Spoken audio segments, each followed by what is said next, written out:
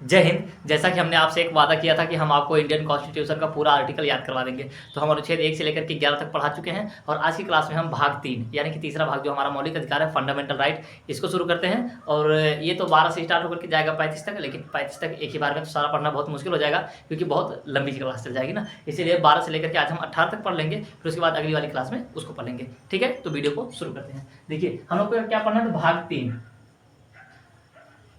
3। देखो भाग 3 इसे इसका नाम रखा है मूल अधिकार, मूल या फिर मौलिक अधिकार, मूल या मौलिक अधिकार। इसे अंग्रेजी में कहा जाता है फंडामेंटल राइट।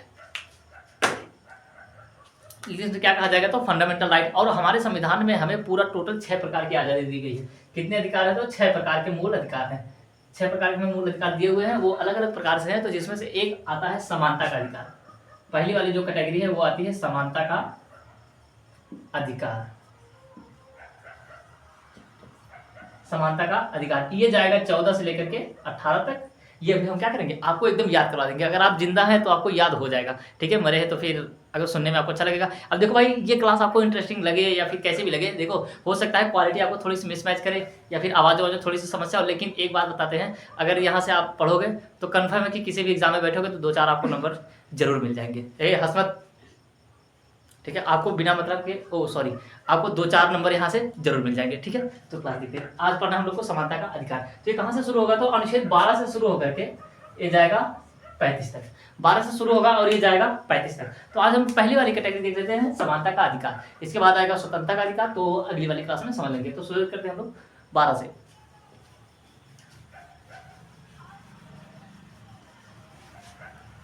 समानता का अधिकार, समानता का अधिकार। हालांकि जो समानता का अधिकार है ये जाता है 14 से लेकर के 18 तक, लेकिन इसमें 2 अधिकार और है ना। अनुच्छेद 12 से लेकर के स्टार्ट हो जाता है। हमारा जो मूल अधिकार है 12 से स्टार्ट होता है। तो 12 होते हैं लड़के, यहाँ क्या है, समझ नहीं आ रहा तुमको। अनुच्छेद 12 से लेकर के 35 तक जाएगा। तो पहले हम लोग शुरू करते हैं 12 से लेकर। छोटे छोटे बच्चे भाई तो डिस्टर्ब करते हैं ना, इसलिए थोड़ा आप एडजस्ट करिएगा। तो पहले हम लोग देखते हैं 12, आर्टिकल 12। अनुच्छेद या फिर आर्टिकल दोनों बात एक ही है। आर्टिकल कहो या फिर अनुच्छेद, दोनों बात एक ही है। तो हम लोग पहले देखते हैं अनुच्छेद 12। अनुच्छेद 12 में कहा गया है इसमें दी गई राज्य की परिभाषा। इसमें क्या दी गई है, तो राज्य की परिभाषा कि राज्य आखिर है क्या। तो देखो जो हमारा संविधान है वो राज्य किसे कहता है, वो राज्य कहेगा सेंट्रल गवर्नमेंट को, सेंट्रल गवर्नमेंट को कहेगा, और स्टेट गवर्नमेंट को। स्टेट गवर्नमेंट, सेंट्रल गवर्नमेंट, और जो एक होती है लोकल अथॉरिटी, जो मेयर वगैरह नहीं था, तो लोकल अथॉरिटी जो भी होगा, ठीक है, लोकल अथॉरिटी, इन सबको मिलाकर के कहा जाता है स्टेट। अब देखो स्टेट, देखो राज्य हर उस चीज को स्टेट कहता है जो अपना नियम कानून बनाने के लिए पूरी तरह से स्वतंत्र है। जैसे होगी हमारी रेलवे, रेलवे अपने आप में एक स्टेट है।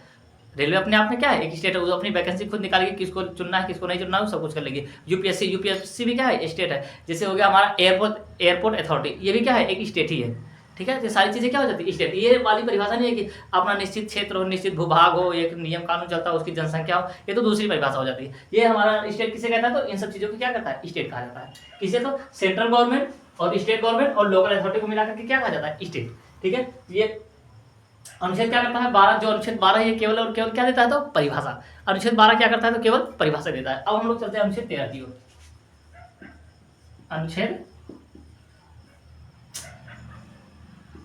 अनुच्छेद 13 देखिए थोड़ी सी समस्या हो जाती है ना। अनुच्छेद 13 में कहा गया अल्पीकरण की बात कही गई।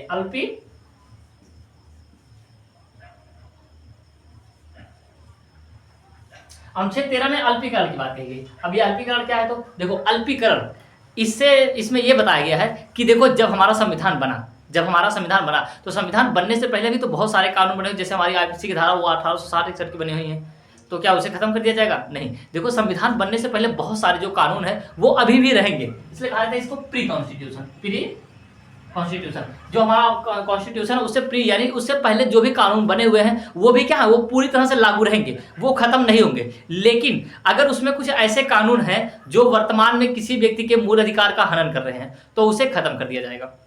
ये हमारा अनुच्छेद 13 यही कहता है कि कानून बनने से पहले जितने कानून है वो सब कुछ रहेंगे, जो मतलब जो हमारा संविधान बना इससे पहले जितने भी कानून बने वो सारे के सारे रहेंगे, उनको खत्म नहीं किया जाएगा। लेकिन वो हम जो मूल अधिकार अब दे रहे हैं 12 से लेकर के 35 तक जो मूल अधिकार दिया गया है व्यक्तियों को, अगर उस अधिकार को कोई भी कानून खत्म मतलब कि हनन पहुंचाएगा तो उसे खत्म कर दिया जाएगा। हमारा अल्पीकरण यही कहता है। ये तो प्री का हो गया पहले वाला कानून, लेकिन ये भी कहा है कि सरकार बाद में भी ध्यान रखेगी, ऐसा कोई कानून नहीं बनाएगी जिससे किसी व्यक्ति के मूल अधिकार का क्या होगा, हनन होगा। नहीं तो उस अधिकार को मतलब उस कानून को भी क्या कर दिया जाएगा, खत्म कर दिया जाएगा। हमारा संविधान कहता है कि पहले या फिर बाद में कोई ऐसा कानून नहीं बनेगा जो वर्तमान में किसी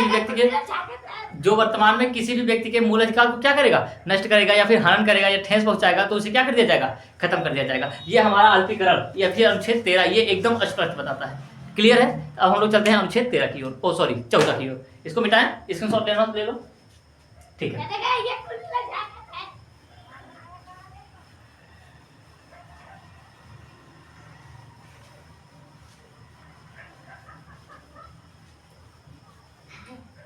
अब हम लोग चलते हैं अनुच्छेद 15 की ओर।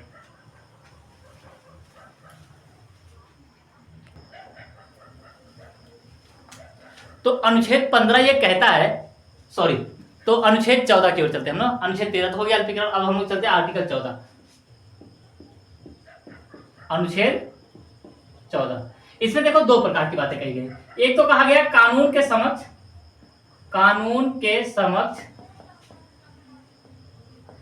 समानता। इसमें एक बात कही गई है कानून के समक्ष समानता, और दूसरी बातें कही गई है कानून का समान संरक्षण। कानून का समान संरक्षण। एक बातें कही गई कानून के समक्ष समानता, और दूसरी कही गई है कानून का समान संरक्षण। अब देखिए दो बातें दो प्रकार की है। एक तो कहा गया कि कानून के समक्ष समानता, इसका क्या मतलब है, देखो इसका मतलब ये है कि कानून के आग पे अगर आप देखोगे तो एक पट्टी बंधी रहती है। अगर जब कोई कोर्ट की वीडियो आपने देखा होगा अदालत के अंदर की, तो वहां पर एक औरत रहती है जिसके आंखों पे पट्टी बंधी रहती है, और उसके हाथ में एक तराजू रहता है और एक हाथ में तलवार। मतलब वो कहती है कि हमारे सामने सभी लोग बराबर हैं, हम ये नहीं देखने गए कि तुम आगे चपरासी हो कि राष्ट्रपति हो, प्रधानमंत्री हो, कुछ भी हो, अगर गलती करोगे तो छपाक दिखा देंगे। ये होता है कानून के समक्ष समानता, सभी लोग कानून के समक्ष क्या है, समान है। अब लेकिन थोड़ी मोड़ी समस्या आनी शुरू हो गई कि जैसे यदि कोई 6 साल का बच्चा है और कोई 20 साल का बच्चा है, तो 20 वाला भी भारत का ही नागरिक है, लेकिन 6 साल का जो बच्चा है ये भी भारत का ही नागरिक है, लेकिन दोनों में समानता है नहीं। देखिए 20 साल के बच्चे का ट्रेन में टिकट पूरा लगता है, और जो 6-7 साल का है इसका ट्रेन में आधा लगता है, नहीं तो एकदम बच्चा है तो उसका लगभग नहीं करता है। तो समस्या है कि नहीं, हाँ, तो समस्या आनी शुरू हो गई। जैसे कोई 20 साल का व्यक्ति किसी का मर्डर कर देता है, 20 साल का व्यक्ति किसी क्या करता है, गोली मार देता है, तो उसको सजा तो पूरी मिलेगी, क्योंकि उसके पास अपनी सोच और समझ दोनों है कि भैया तुमसे कोई गलती से नहीं करवा सकता। लेकिन अभी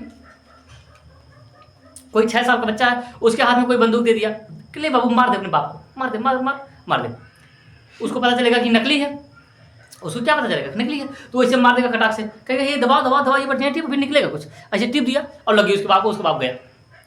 तो इन दोनों को बराबर समझा जाएगा नहीं, क्यों, छोटे बच्चे से आदमी गलती से भी कुछ करवा देता है, लेकिन बड़े से कोई गलती से करवाता नहीं है, इसीलिए इसमें समस्या आनी शुरू हो गई। तो लोगों ने कहा कि अब इसका क्या किया जाए, थोड़ी मोड़ी सुधार किया जाए। तो कानून के समक्ष सभी को समानता नहीं दी जाएगी, अब कानून का सबको समान संरक्षण मिलेगा। जो बड़ा वाला व्यक्ति है उस पर थोड़ा सा नियम हार्ड कर दीजिए, और छोटे वाला जो बच्चा है उस पर थोड़ा सा क्या कर दीजिए, कम कर दीजिए। इससे